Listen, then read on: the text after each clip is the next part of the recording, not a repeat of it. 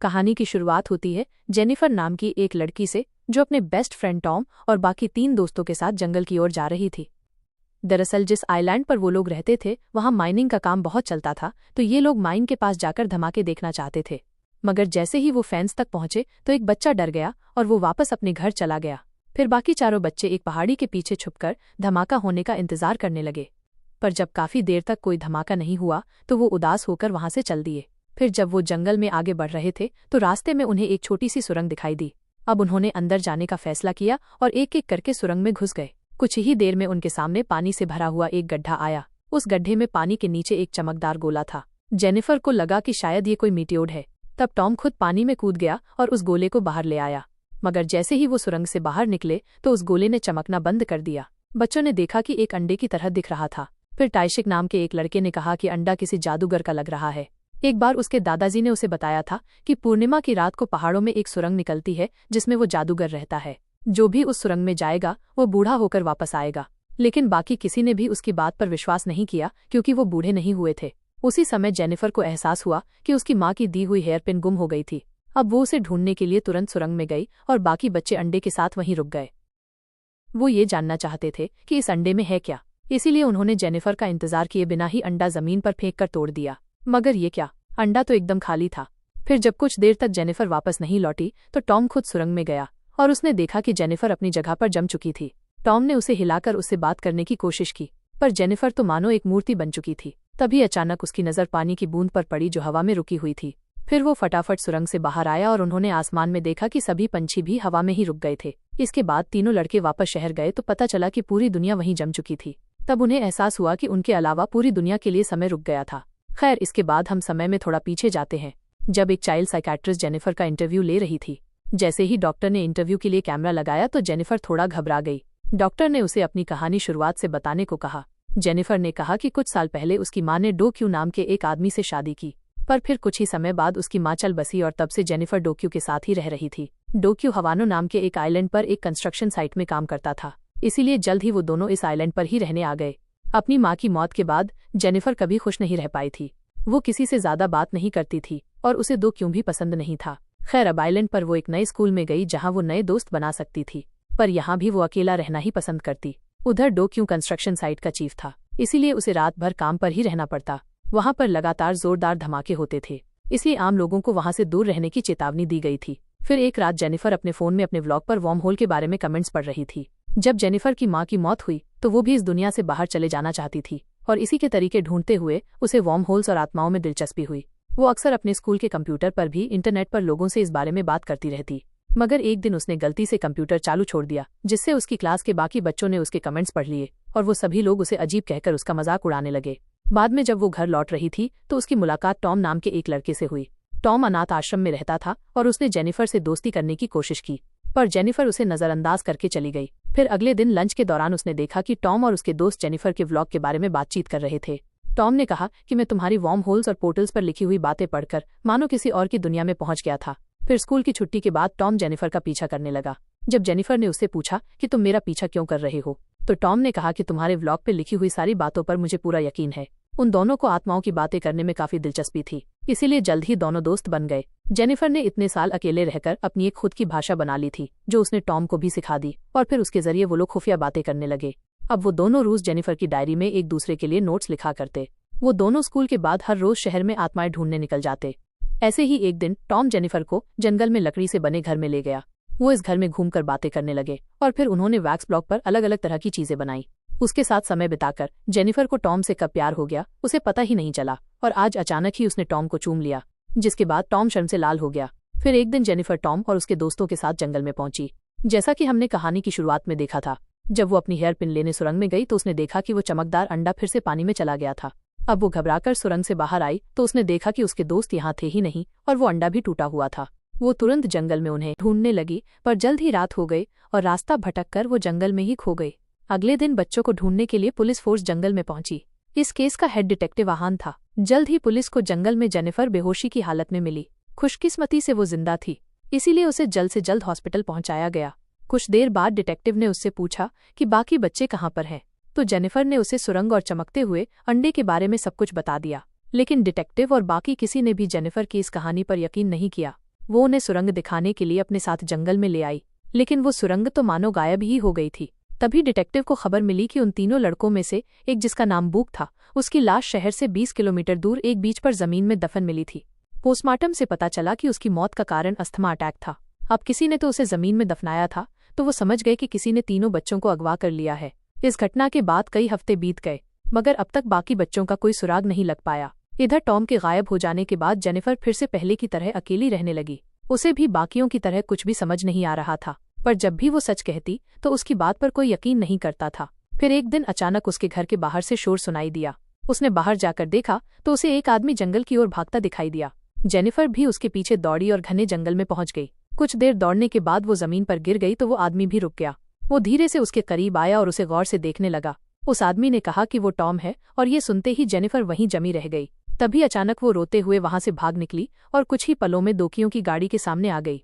उसने दोकी को जंगल वाले आदमी के बारे में बताया और जल्द ही पुलिस को खबर दी गई, जिसके बाद पुलिस फोर्स जंगल में उस आदमी को ढूंढने में जुट गई। उन्हें शक था कि इसी आदमी ने तीनों बच्चों को अगवा किया होगा। डिटेक्टिव आहान ने जेनिफर से उस आदमी के बारे में पूछा तो उसने बताया कि वो आदमी कह रहा था कि वो टॉम है। वहीं दूसरी ओर पुलिस वाले जंगल में उस आदमी को तो नहीं ढूंढ पाए, पर उन्हें जेनिफर की डायरी मिल गई, जिसमें जेनिफर और टॉम एक दूसरे के लिए नोट्स लिखा करते थे। जैसे ही जेनिफर ने डायरी खोली तो वो हैरान रह गई, क्योंकि वो टॉम के लिखे नोट से भरी हुई थी। असल में टॉम ने उनकी खुफिया भाषा में लिखा था कि जेनिफर के सुरंग में जाने के बाद क्या क्या हुआ। जब अंडा टूटने के बाद उन्हें एहसास हुआ कि उनके अलावा पूरी दुनिया के लिए समय रुक गया है, तो वो बेहद खुश हुए, क्योंकि अब वो जो चाहे कर सकते थे। शुरुआत में कुछ दिन तो उन्होंने खूब मौज मस्ती की। वो अपनी मर्जी से खाना खाते और जब मर्जी सो जाते, साथ ही वो पूरा दिन अलग अलग जगहों पर खेलते रहते। मगर लगभग 1 महीने बाद वो बोर हो गए, तो उन्होंने सोचा कि इस आइलैंड से बाहर निकलकर दुनिया घूमते हैं। वो ये देखना चाहते थे कि क्या इस धरती पर सिर्फ वही हिलडुल नहीं पा रहे। लेकिन जल्द ही उन्हें एहसास हुआ कि समुद्र का पानी भी रुक चुका था, जिसका मतलब था कि अगर वो बोट लेकर निकले तो वो डूब जाएगी, तैरेगी नहीं। इधर असलियत में डायरी पढ़ते हुए जेनिफर को एहसास हुआ कि जंगल में उसे जो आदमी मिला था वो असल में टॉम ही था। उसने तुरंत डायरी बंद की और पुलिस को उस तक पहुंचने से रोकने का प्लान सोचने लगी। अगर पुलिस ने उसे ढूंढ निकाला तो वो जरूर उसे किडनैपर समझकर जेल में कैद कर देंगे। आखिरकार जेनिफर ने झूठ कह दिया कि उसने जंगल में किसी को नहीं देखा, उसको वहम हुआ होगा। पुलिस ने उसकी बात पर यकीन कर लिया, जिसके बाद जेनिफर फिर से डायरी पढ़ने लगी। कुछ महीने बीत जाने के बाद तीनों लड़के अब एक मॉल में एक टेंट में रहने लगे थे। लेकिन दिन ब दिन वूक की तबीयत बिगड़ती जा रही थी, क्योंकि उसे अस्थमा था और उसका इन्हेलर अब काम नहीं कर रहा था। एक रात उसका दम घुटने लगा और वो अपने दोस्तों के सामने ही तड़प तड़प कर मर गया। अपने दोस्त को खोकर टॉम और टाई शीक बहुत बुरी तरह रोने लगे।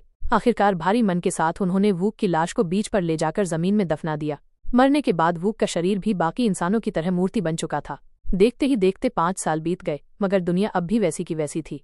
अब दोनों बच्चे बड़े हो चुके थे। हालांकि वो इतने सालों से अकेले रह रहे थे, पर अब भी उन्हें उम्मीद थी कि किसी दिन दुनिया फिर से पहले जैसी हो जाएगी। टॉम ने हिसाब लगाया कि जब वो 20 साल के हो जाएंगे तो समय फिर से चलने लगेगा। अब उन्होंने सभी लोगों से थोड़े थोड़े पैसे चुरा लिए, ताकि जब भी चीजें पहले जैसी हो तो कम से कम वो अमीर तो हो जाएं।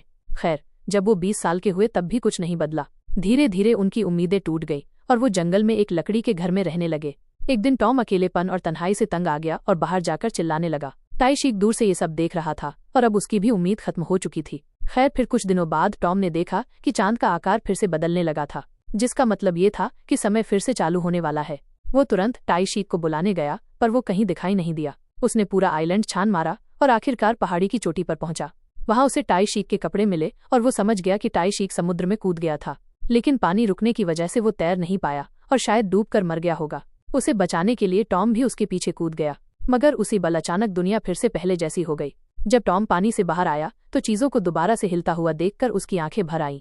इधर पूरी डायरी पढ़ने के बाद जेनिफर जंगल में उसी लकड़ी के घर में पहुंची। आखिरकार वो टॉम से मिली और फिर उन्होंने पूरी दुनिया को इस कहानी का सच बताने की सोची।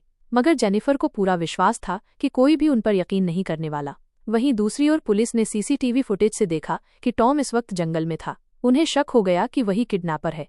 फिर रात को टॉम जेनिफर के कमरे में जा पहुंचा, क्योंकि वो बेहद अकेला महसूस कर रहा था। वो इतने सालों से अकेला रह रहा था और अब बिल्कुल एक पल के लिए भी अकेला नहीं रहना चाहता था।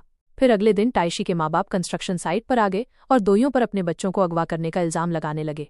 उनका मानना था कि कंस्ट्रक्शन साइट पर हुए धमाके में उनके बेटे की मौत हो गई थी और अब जेनिफर किडनैपर की कहानियां बनाकर अपने पिता को बचाने की कोशिश कर रही थी। उधर जेनिफर और टॉम चलते हुए उस अनाथ आश्रम में आ गए जहां टॉम रहा करता था। जेनिफर ने कहानी का सारा सच वार्डन को समझाया और फिर टॉम को बुलाते हुए बाहर चली गई। लेकिन उसी पल अचानक उसके पिता उसे जबरदस्ती खींचकर अपने साथ ले जाने लगे। बाद में टॉम वार्डन के पास गया, जो उसके लिए अपनी माँ से कम नहीं थी। टॉम ने उसे अपनी पूरी बचपन की कहानियां याद करवाई, जिससे वार्डन हक्की बक्की रह गई, मगर उसे अब भी यकीन नहीं हो पा रहा था कि यही आदमी टॉम है। वहीं दूसरी ओर हम देखते हैं कि दो ने जेनिफर को उसके कमरे में बंद कर दिया था, पर टॉम पीछे के दरवाजे से अंदर घुस आया और जेनिफर को आज़ाद करवाया। फिर वो दोनों एक साथ घर से भाग निकले और ये सोचने लगे कि उन्हें आगे क्या करना चाहिए। तभी जेनिफर को याद आया कि उसने सुरंग में एक चमचमाता हुआ अंडा देखा था। जेनिफर ने कहा कि वो अंडे का इस्तेमाल करके बड़ी होकर वापस लौटेगी, जिससे साबित हो जाएगा कि टॉम बेगुनाह है। मगर टॉम इस बात के लिए हरगिज राजी नहीं था, क्योंकि वो जानता था कि अकेलेपन और तन्हाई में समय गुजारना कितना मुश्किल है। वह खुद पर किडनैपिंग का इल्जाम लगने दे सकता था, मगर वो जेनिफर को उस खौफनाक मंजर से नहीं गुजरने देगा। उधर दो ने घर पर देखा कि उसकी बेटी भाग गई थी। उसने जेनिफर के फोन पर लकड़ी के घर और टॉम की तस्वीर देखकर हिसाब लगाया कि वो जंगल में ही होगी। अब तो क्यों रात को चुपके से उस घर में पहुंचा और अचानक टॉम पर हमला बोल दिया। उसने जेनिफर को घर वापस ले जाने की कोशिश की, पर टॉम ने उसे एक ही वार में बेहोश कर दिया और जेनिफर के साथ फरार हो गया। फिर अगले दिन पुलिस ने जंगल वाले घर की तलाशी ली और उन्होंने हिसाब लगाया कि किडनैपर खुद को टॉम बताकर जेनिफर को धोखा दे रहा है। इधर जेनिफर और टॉम के भागने की खबर टीवी पर फैल चुकी थी और जल्द ही पुलिस ने उन दोनों को ढूंढ निकाला। पुलिस तेजी से उनका पीछा कर रही थी कि आखिरकार जेनिफर ने टॉम को बचाने के लिए खुद को पुलिस के हवाले कर दिया। जाने से पहले जेनिफर ने टॉम को सुरंग पर मिलने को कहा। बाद में डिटेक्टिव आहान ने जेनिफर को समझाने की कोशिश की कि ये किडनैपर तुम्हें झूठ बोल रहा है, पर जेनिफर ने उस पर विश्वास नहीं किया। फिर उसने बाथरूम जाने का बहाना बनाया और पुलिस को चकमा देकर जंगल की ओर भाग निकली। जब वो सुरंग में पहुंची तो वो चमचमाता अंडा बाहर ले आई और उसे टॉम के हाथ में रख दिया, मगर अब टॉम ने इसे लौटाने से मना कर दिया, क्योंकि वो नहीं चाहता था कि जेनिफर इसका इस्तेमाल करे। असल में वो खुद को पुलिस के हवाले करके अपने दोस्तों के कत्ल का इल्जाम अपने सर लेने का फैसला कर चुका था। अचानक वो जंगल की ओर भाग निकला तो जेनिफर भी उसके पीछे दौड़ी। उसी समय पुलिस ने भी वहां पहुंचकर उन्हें चारों ओर से घेर लिया। अब वो एक पहाड़ी की चोटी पर खड़े थे और अचानक एक ऑफिसर ने टॉम को पकड़ लिया, लेकिन इसी चक्कर में जेनिफर पहाड़ी से नीचे गिर गई। डिटेक्टिव ने जेनिफर की जान बचाने की कोशिश की, मगर वो भी उसके साथ पहाड़ी पर लटक गया। तब टॉम उनकी मदद के लिए आगे बढ़ा, पर इससे पहले कि वो जेनिफर का हाथ पकड़ पाता, अचानक वो दोनों नीचे गिरने लगे। उसी पल अचानक टॉम ने वो जादुई अंडा तोड़ डाला ताकि समय वहीं रुक जाए और जेनिफर की जान बच जाए। कुछ देर बाद जब जेनिफर की आंख खुली तो उसने देखा कि वो डिटेक्टिव के साथ एक बीच पर थी। उसी पल उसे एहसास हुआ कि टॉम ने क्या किया था। जेनिफर के लिए भले ही कुछ पल बीते थे, पर टॉम के लिए 10 साल गुजर चुके थे। आखिरकार उसे वापस अपने घर पहुंचाया गया। फिर डिनर के समय उसने अपने किए के लिए अपने पिता से माफी मांगी और उन्हें पहली बार डैड कहकर पुकारा। बाद में डिटेक्टिव आहान ने जेनिफर से पूछा कि पहाड़ी से गिरने के बाद वो जिंदा कैसे बचे। जेनिफर ने कोई जवाब नहीं दिया, पर डिटेक्टिव को एहसास हो गया कि जेनिफर शुरुआत से सच ही बोल रही थी। डिटेक्टिव ने उसे कहा कि उसे मीडिया को झूठी ही गवाही देनी होगी कि किडनैपर ने उसे झूठ बोलकर बहलाया फुसलाया था, क्योंकि लोग किडनैपर के साथ साथ जेनिफर के ऊपर भी दोनों बच्चों को मारने का इल्जाम लगा रहे थे और ये झूठी गवाही देकर वो इन इल्जामों से बच सकती थी। आखिरकार जेनिफर की कहानी खत्म हुई। इतनी अद्भुत कहानी सुनकर साइकियाट्रिस्ट के होश उड़ गए और उसने कहा कि वो इस पर किताब लिखना चाहती है। कुछ महीनों बाद हम देखते हैं कि जेनिफर हाई स्कूल के लिए दूसरे शहर जा रही थी। जाने से पहले वो उस साइकियाट्रिस्ट से मिली तो उसने उसे अपनी लिखी हुई किताब दिखाई। बाद में बोट की ओर जाते हुए जेनिफर ने अपनी गाड़ी की खिड़की से अचानक टॉम को देखा तो वो उससे मिलने के लिए दौड़ी, लेकिन वहां कोई भी नहीं था। खैर कुछ देर बाद वो दोनों बोट के डेक पर मिले। उन्होंने एक दूसरे को देखा तो जेनिफर को एहसास हुआ कि टॉम 10 साल और बड़ा हो चुका है और उसने मन ही मन में अपनी जान बचाने के लिए टॉम का शुक्रिया अदा किया। वीडियो देखने के लिए शुक्रिया। अगर तुम्हें ये वीडियो पसंद आया तो सब्सक्राइब जरूर करना। तुम्हारा सपोर्ट मेरे लिए बहुत जरूरी है और इससे मुझे और भी अच्छे वीडियो बनाने का मोटिवेशन मिलता है। ये बस एक क्लिक नहीं है, बल्कि हमारे इस परिवार का हिस्सा बनने जैसा है, ताकि तुम आगे आने वाले वीडियो मिस ना करो। तुम्हारे सब्सक्राइब करने से मेरा चैनल बड़ा होगा और मुझे ये पता चलेगा कि मेरा काम तुम्हें पसंद आ रहा है। हर वीडियो को बनाने में बहुत मेहनत लगती है और जब तुम सब्सक्राइब करते हो तो मुझे लगता है कि मेरी मेहनत सफल हो गई। तो अगर तुम मेरे काम से जुड़ पाते हो तो प्लीज सब्सक्राइब बटन और घंटी वाला आइकॉन दबा दो। आओ हम सब मिलकर ये कम्युनिटी बनाएं। एक बार फिर से दिल से तुम्हारा बहुत बहुत शुक्रिया।